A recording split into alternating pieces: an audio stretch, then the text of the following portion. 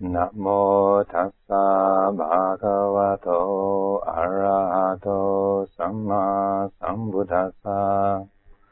Namo tassa bhagavato arahato samma sambuddhassa. Namo tassa bhagavato arahato samma sambuddhassa. Buddhang dhammang sanghang namasami.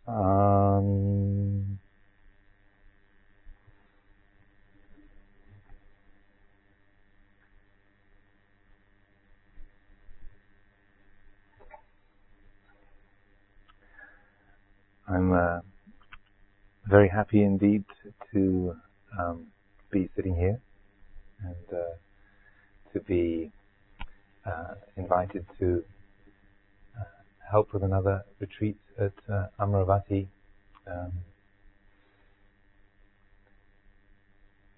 Maybe many of you are aware that in years gone by I used to be part of the furniture at this particular monastery. In fact, there's probably bits of me in these walls.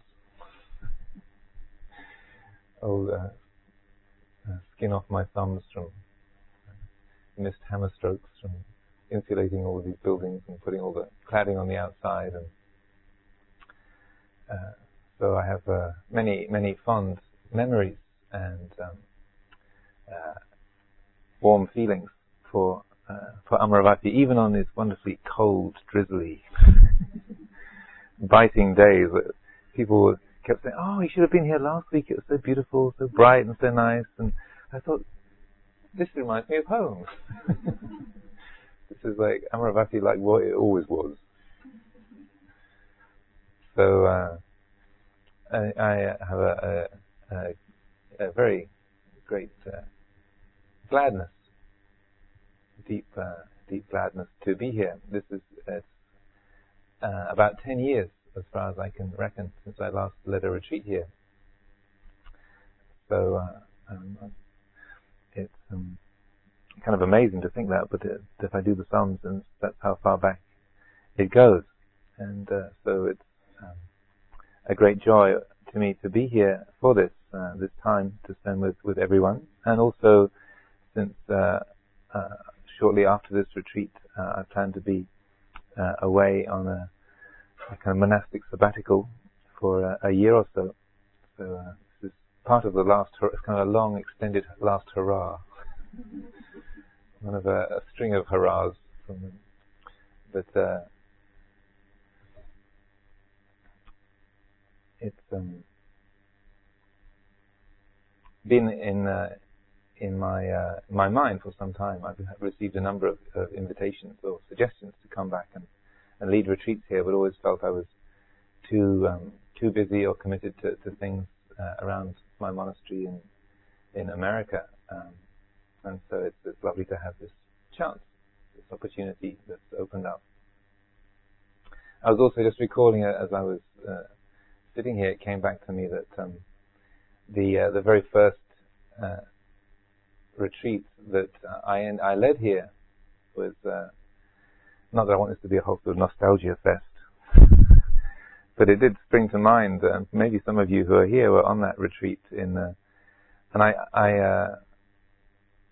I was under the impression that I was sitting on the retreat with Ajahn Sumedho, rather like Sister Chittapala and Ajahn Conrad and Greg and Anigarika, Susan here, and it was about day 3 or day 4. This was back in 1986, and Ajahn Sumedho had asked if I would lead a 10-day retreat in Switzerland that year, and so it was sort of getting me ready to be booted out of the nest. But I was having a great time just sort of sitting there, listening to Ajahn Sumedho, sort of sunbathing and enjoying his wisdom and eloquence. And then on about the 4th day, came to the mid-morning sitting at 8:30, and he wasn't there. And I had to do walking meditation, came back for the next sitting. He wasn't there again either. Oh, this is suspicious. He's normally so reliable. And then I was sitting in the Sangha room, sort of waiting for the meal offering, and he still hadn't appeared. And then about 10 minutes later, the door opened, and there he was, full height. Said, "It's all yours, Venerable." I'm off to California. And his mother had just fallen ill, and he got an emergency call from his sister, and so he was just rushing off on the next plane to the States. So before I had the opportunity to come up with anything remotely like a protest, he was gone. And so then the retreatants were extremely generous and kind, but so I inherited the retreat from halfway through. So the latter half of that session, I found myself in this seat. So it seems amazing that so much time has gone by. 18 years have gone by. But one of the things that I learned on that retreat that I find is still extremely helpful, and I often bring up in any of the sessions that I'm involved in, and that sort of came to me in a flash after about the third or fourth day that I was having to lead things, because I can be quite a worrywart if I put my mind to it. I can fret. I can be a serious fretter if my mind goes in that direction. And I was having an extremely substantial fret. I was laboring under the delusion that the happiness of everyone on the retreat was solely dependent on me. That somehow I got the idea that it was the job of the person sitting on this seat to make everybody happy, and if you weren't happy, it was my fault. So we can scratch that.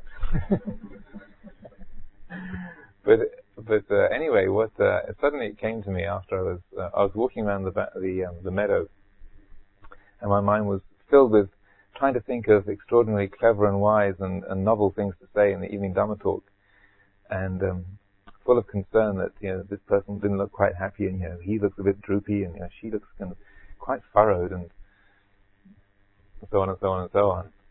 And then this thought, suddenly, how insight suddenly sort of hits you from the side, like when you need to be distracted for them to really, for them to really get in. And this thought came to my mind: look, you're just spending a week in the country with your friends. These are not dangerous people. Just relax. I thought, oh, that's it. So ever since then, and then I started saying that to people in interviews and also in the Dhamma talks. Just remember, for all of the anticipation and expectation and hope and fear and so forth that we can conjure up at the beginning of a retreat, this is a very helpful sort of leveling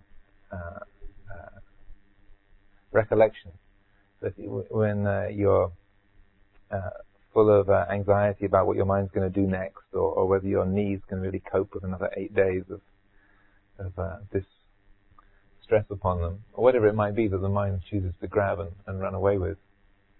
Just to contemplate that thought. I'm just here spending 10 days in the country with my friends. These are kind people. Anything that I do that might be sort of out of order or not absolutely perfect, they'll probably forgive me. And I find when I would bring that to mind, or when we recollect that, there's a certain sort of something in us relaxes and eases up.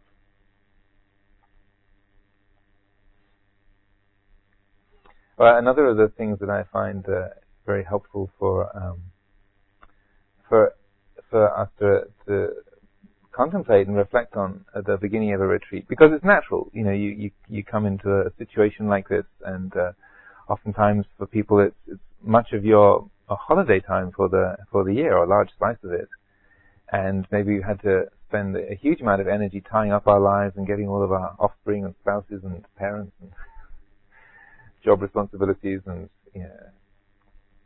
tax returns and mortgage payments and housing for the dog and everything organized in order to bundle everything up so you can come away and be peaceful. So it can be quite we can load the situation. We can load it with great hope and anticipation. Wow, Ajahn Amaro, first time in 10 years, I've got to seize the opportunity. I've got to really make the most of this. Mustn't miss a syllable. I've got to be there for every sitting. Got to be totally awake for every moment. And might be the last time ever. He's completely abandoned us for those strange beings on the other side of the Atlantic.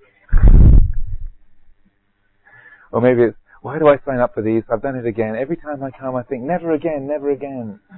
And I've done it again. What am I doing here? Why do I do this to myself? Or mixtures of the above, or something else altogether. We can get very filled easily with hope and expectation and fear, running through our minds all of the past, glories of great retreat moments we've had. Or read about. I want one of those. Or terrible retreat moments that we suddenly have remembered as we signed in. And so what I really strongly encourage at the start of a retreat is to make a clear resolution, set an intention for ourselves to learn from whatever happens. But whether the mind has already just suddenly dropped into extraordinary states of calm and clarity, the heart brimming with loving kindness, just enough loving kindness not to be overexcited, but just sort of embracing all beings, and sort of occasional interesting novel insights just popping up every 10 minutes or so. The mind gently focused on the present moment, the heart sort of vast and at ease. Or maybe we're already sort of in the gnashing pits of anguish and fear and regret and doubt and the whole array of hindrances that the Buddha even never got around to naming. Hitherto ungenerated hindrances are now being brought into the universe already, and it's only the first evening. And oh my God, what's this going to be like? But in a way, there's no such thing as a good and a bad meditation. That if we set the resolution to learn from whatever happens, whether it's beautiful and glorious and peaceful, filled with all sorts of wholesome and liberating qualities, or whether it's painful and difficult and turbulent and anguished, or it's just mundane, just utterly mediocre. Sometimes we can get a little bit, we aim for the sort of dramatic highs and lows, but maybe you think, well, even if I was kind of in the gnashing pits, that would be nice for a change, rather than having just this mind, my utterly ordinary mind. Ever had that feeling? I'm just so wretchedly normal. So, even if it's utter mediocrity that the mind is producing, sort of completely undramatic levels of distraction or concentration, everything will teach us. Everything will be a source for learning, understanding, if we let it. And this is a principle that Ajahn Chah really stressed over and over again. If you've read much of his teachings, that over and over again, many of his Dhamma talks, he keeps bringing that forth. That if we're wise, then everything will teach us. Headaches will teach us. Pain in the knees will teach us. The confused and distracted mind will teach us. The changing weather, the leaves on the forest floor, mosquito bite, everything will teach us. There's nothing that is not, in a way, displaying the Dhamma in every moment. Dhamma is nature, and so if we learn to read the book, if we read the Dhamma book, the way nature is, then we're being taught the Dhamma. The universe is instructing us in Dhamma moment by moment, unrelentingly. But he was also pointing out, if we're stupid, then even if you were face to face with the Buddha for a couple of decades, there for every Dhamma talk from a fully enlightened Buddha, but we're still filled with our own views and opinions and judgments and hopes and fears, then even having the Buddha face to face with you would not be enough, and that we would never learn anything. So I really encourage that, us to bear that in mind and to, I mean, it's very easy for us to say, take a pleasant or beautiful, wholesome mind state and say, "That's good. Oh, my meditation's really coming together. This is great." Or if it's similarly, if it's sort of confused and difficult and painful for us it's easy for us to think, "Oh, my meditation's really bad. It's, I'm falling apart." This is terrible because, according to the list of characteristics in the book, you can say, "Oh, these are all of the enlightenment factors. It's mindfulness, investigation of Dhamma, joy, tranquility, concentration, rapture, equanimity." The whole array is there. Marvelous, great. Or maybe what they call a multiple hindrance attack. There's managed to have both restlessness and sloth and torpor simultaneously, complete with passion and aversion, lust and irritation happening simultaneously, and with a kind of chocolate coating of doubt over the whole thing. The mind is completely filled with every kind of difficulty and problem and confusion. And you can say, well, the whole list of unwholesome qualities are here, so how could this not be a bad meditation? But it's still, even in that situation, it's up to us to recognize, oh, this is what the mind can be like sometimes. There's a mind, there's a body. Sometimes it's like this. And in that moment of recognizing sometimes it's like this, and that the mind and the body are not under personal control, then that's a moment of insight. So, and similarly, even if it's a wholesome state, everything is very sort of clear and focused and beautiful, we can turn that into a problem by if we find the heart investing in that and saying, "Oh, this is great, now my practice has come together, this is it, finally, at last, after all these years, I've got it." Then you can you can hear Mara chuckling in the background. "Oh, lovely." "Oh, I love these. These are the best."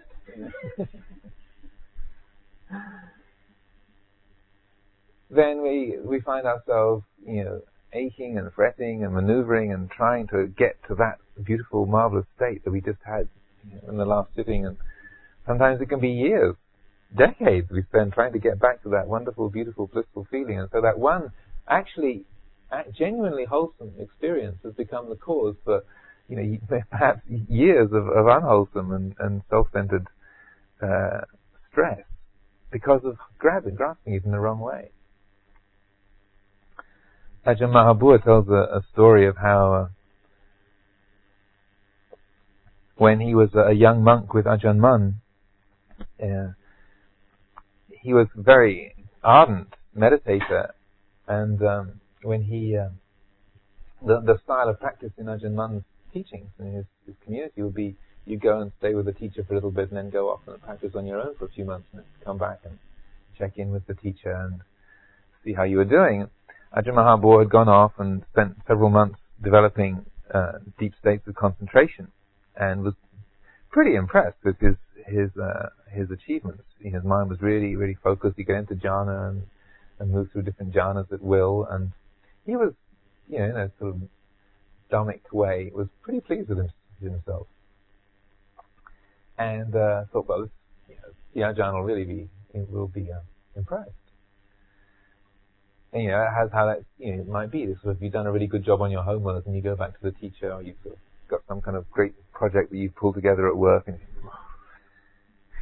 so then you take it up to the boss or into the teacher, and so anyway, he went back to Ajahn Mun and described the kind of states that he'd been experiencing, and Ajahn Mun said, "Well, that's not going to do you a lot of good.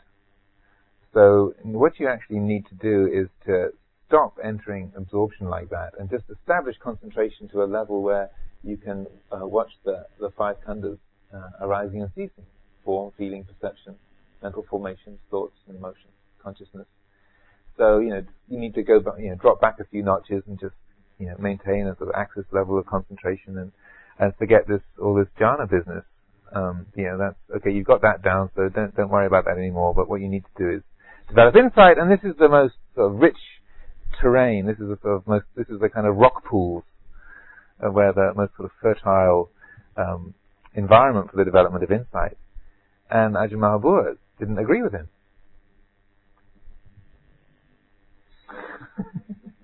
And so there's famous, at least in that little, in that community, this famous row ensued that could be heard some distance away, apparently, where the ardent young Ajahn Mahabua is absolutely sure that these states are totally wholesome and utterly good, and there couldn't be anything wrong with them, and it was a wonderful thing that he was developing them. And Ajahn Mun said, well, actually, I think it's much better if you just sort of came back a notch or two and actually listened to the advice of your teacher. Since you've taken dependence on me.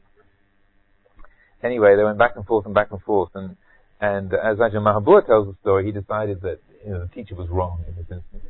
Even though he had immense faith in Ajahn Mun, he decided, well, he was going to go and do his own thing and see what happened.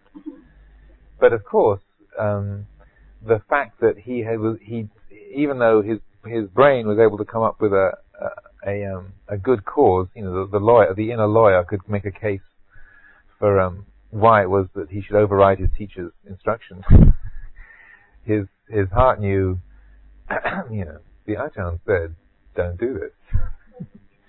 So even though the thinking mind could make a good case for it, the heart knew better. And so when he went off to try and get into those deep states, he couldn't do it. He couldn't access that kind of concentration anymore. And so, no matter how hard he tried, he had immense sort of will and abilities. He couldn't get back to those states. And he said he was so angry, so annoyed, that if it had been anyone other than Ajahn Mun who had disabled him from accessing those states, he would have killed them. So here you have a committed, extremely sincere bhikkhu, ardently dedicated to the path, and a strict Vinaya monk, freely saying that it was only the faith he had in Ajahn Mun that stopped him from committing murder. So they have a great example of a completely kind of pure and wholesome state giving rise to homicidal urges. So, and it might not be something quite so wholesome. And you can also have homicidal urges to the person sitting on the cushion next to you who has that irritating way of breathing. You might have noticed already. I've got to move my cushion. How can she breathe like that? It's so annoying. Or the person in the next bed in the dormitory, and it's so easy for us to say, no, these are not perfect conditions. This isn't right. I've got to change this.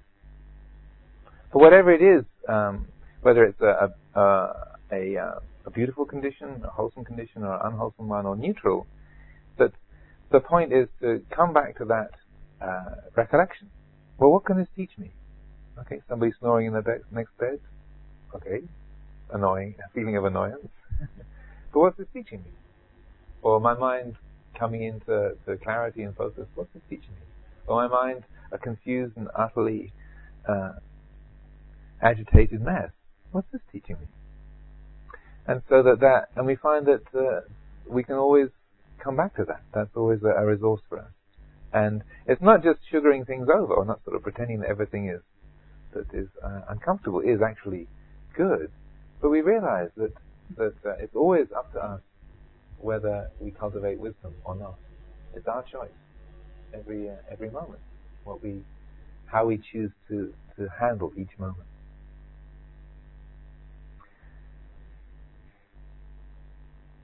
So it's perfectly natural at the beginning of a retreat to have expectations, to anticipate. Sometimes back in the early days when I was beginning to lead retreats, I was always trying to encourage people to have no expectations. But of course, the mind does not obey orders a lot of the time, right? So that you can say, don't have any expectations, but they pop up anyway. So, in a sense, it's far more skillful just to expect expectations. And for the mind to anticipate and to predict and to be planning or fearing or hoping. But not the one is encouraging that or feeding that, but just recognizing, well, that's part of the course. It's just ordinary. That's what when the mind is confronted with the unknown and a sort of fertile field of possibility, it tries to fill up the unknown with some belief or some plan or some hope or some fear. It doesn't. The kind of ego-centered habit doesn't like the unknown. So it always tries to prime it with something, fill it up with something. So it's in a way most helpful just to recognize that the planning, anticipating mind is just that. And say, okay, well, maybe it will be like that, maybe it won't. Don't know. And to let go, just to recognize that expectation for what it is. It's just a feeling, an emotion, a mood, washing through the mind. It arises, it does its thing, and then it dissolves. We don't have to suppress it, we don't have to buy into it. We can just let it pass.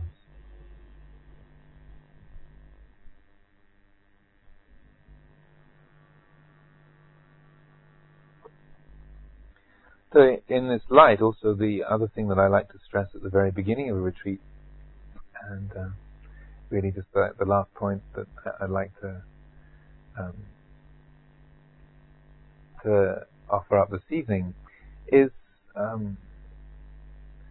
in a sense cultivating the heart of loving kindness towards our experience. In a way, this is tied together with that aspect of aiming to learn from whatever we experience.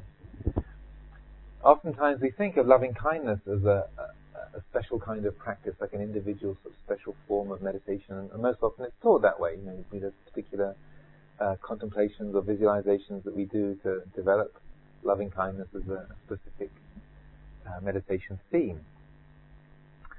But I find that for myself, and the way I tend to practice myself, and what I find is most often helpful for others, is rather than thinking of loving kindness as a special extra thing that is sort of like an optional an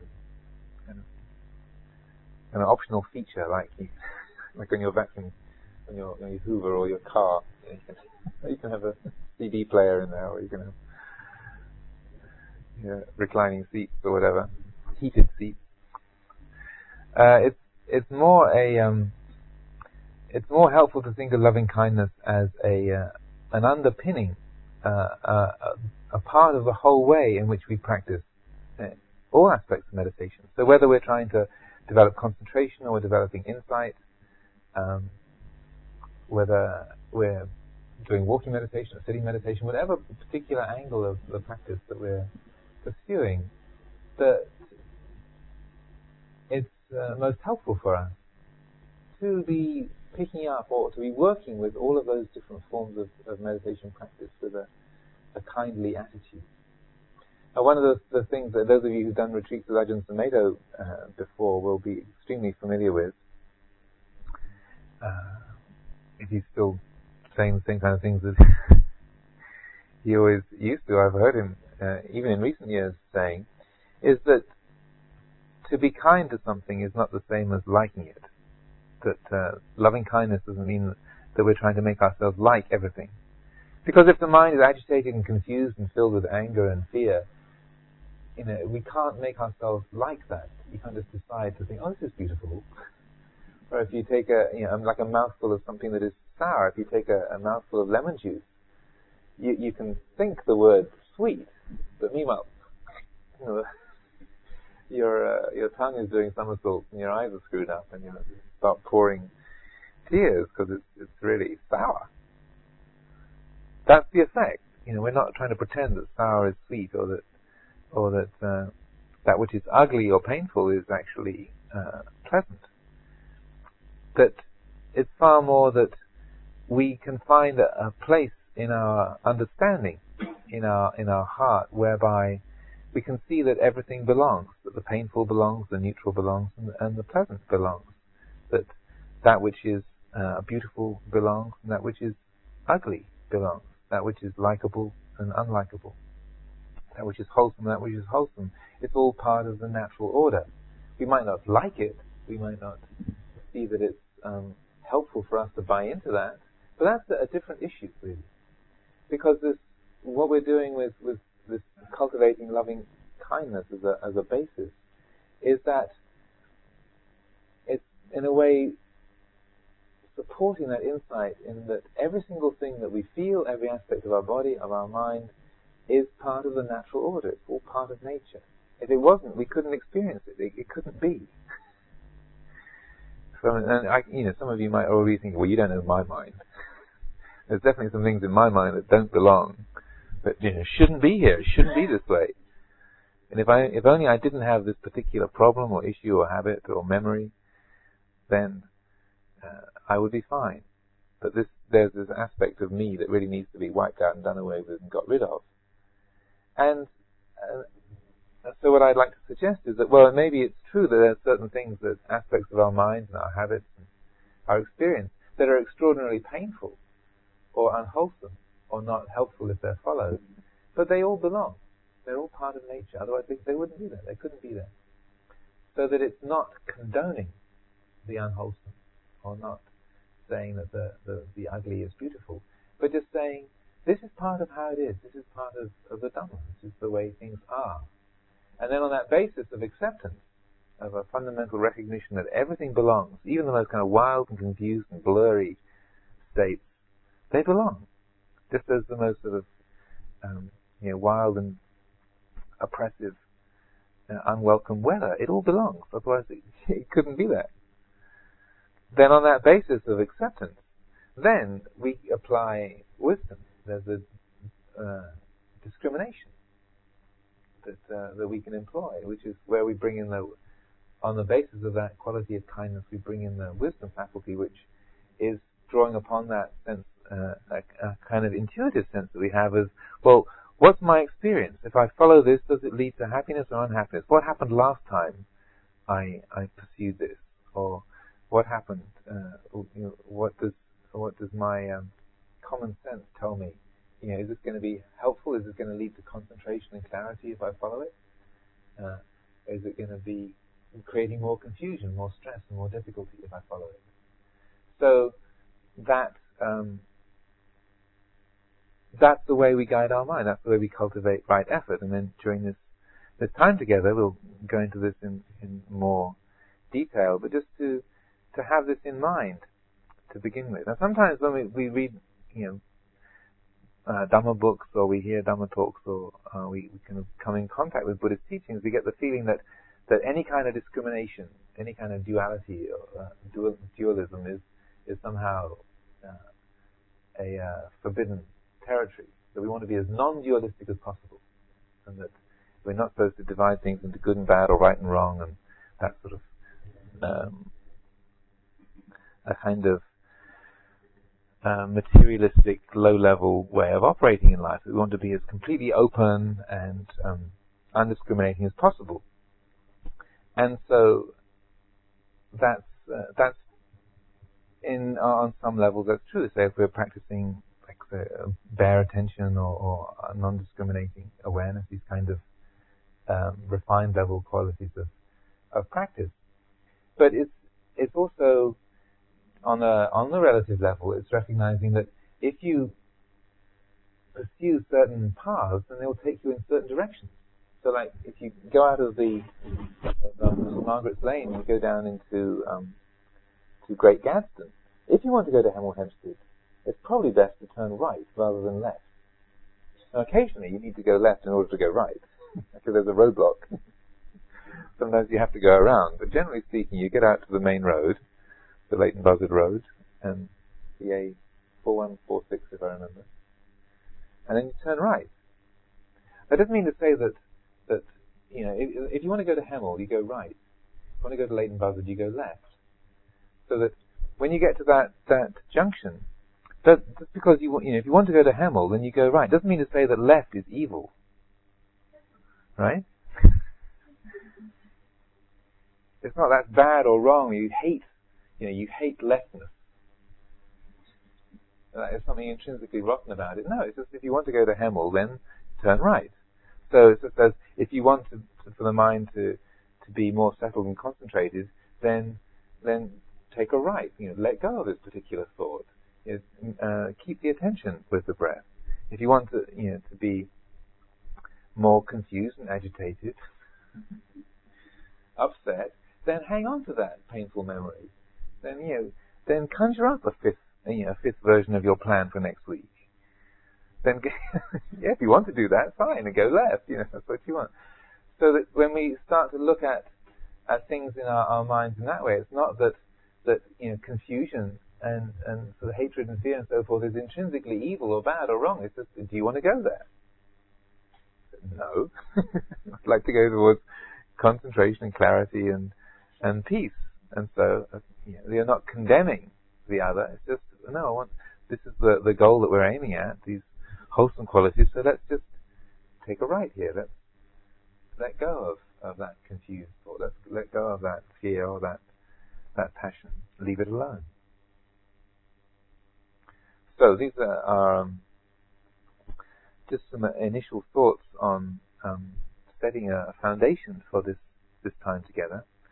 And don't feel also, many of you have probably come a long distance today and been full of all sorts of things, and you might feel like, what's he been talking about? I haven't heard a single word. Was I concentrating so hard that I was just completely pivoted on each moment, or was I just out in some bardo and switched off completely? Well, don't feel that you have to remember everything that's said. As Ajahn would also say, don't worry about writing everything down or recording everything. He says you've got an inner tape recorder, and you'll remember what you need to, even if you can't think of it at the end of the Dhamma talk. When you need it, it'll be there. So you can trust in that kind of principle, if you like. So I'll just offer those initial reflections for this evening, and please, as with all Buddhist teachings, take whatever is useful and meaningful to you, and whatever is not, and just leave that aside. And it's in that same spirit that this whole retreat is, and this time together is offered up. So whatever is useful and a benefit, it's here, it's available. And please let it be allowed in. But if you find things that are objectionable or difficult or wrong, just leave them to one side.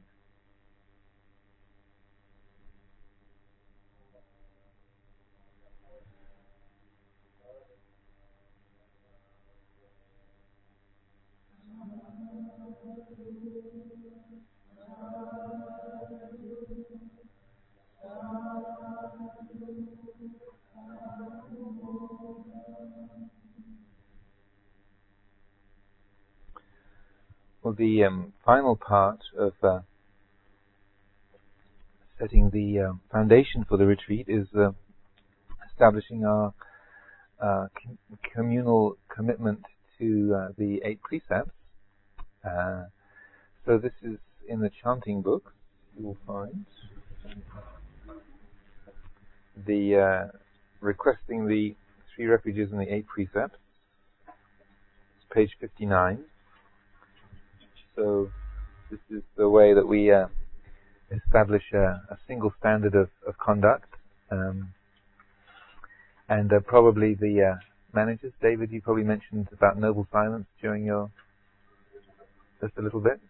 So that the precept on right speech is slightly expanded or contracted, depending on how you relate to it. To rather than just be refraining from a full speech, unwholesome speech, aggressive speech and gossip and so forth, it's expanded to refraining from speaking unless it's, say, asking a question in a Dhamma session or passing on some kind of request to the managers or some sort of small practical item. So please use that in the same spirit as the rest of the precepts that are creating a container for us. A retreat like this, I often feel it to be a sort of boarding a vessel, like we're all boarding the vessel of the Dhamma, kind of climbing on board the ship together, and that we are agreeing to stay on board and taking the precepts and making this commitment together is a way of sort of binding ourselves to a commonality of purpose and also a quality of mutual support, because our efforts to practice, even though we think that we might be falling apart or not doing terribly well, just the very fact that we stay with it and we're endeavoring to practice and we're keeping the precepts are helping everybody else in the room. So that even though you think, I'm falling apart, I'm all over the place, just the very fact that you're here and you're endeavoring to live in a controlled, in a restrained and noble way, that very effort, that intention, is part of the kind of buoyancy which buoys the whole group up. That's what kind of helps to lift us. This is what Sangha is, a unified assembly, and so that very communality of effort has a strength to it and helps to support others as well as being kind of related to our own practice, our own spiritual development. So that taking the precepts together is like a statement of a communal intent, a communal purpose, setting out on this little voyage together. So the way that this ceremony is done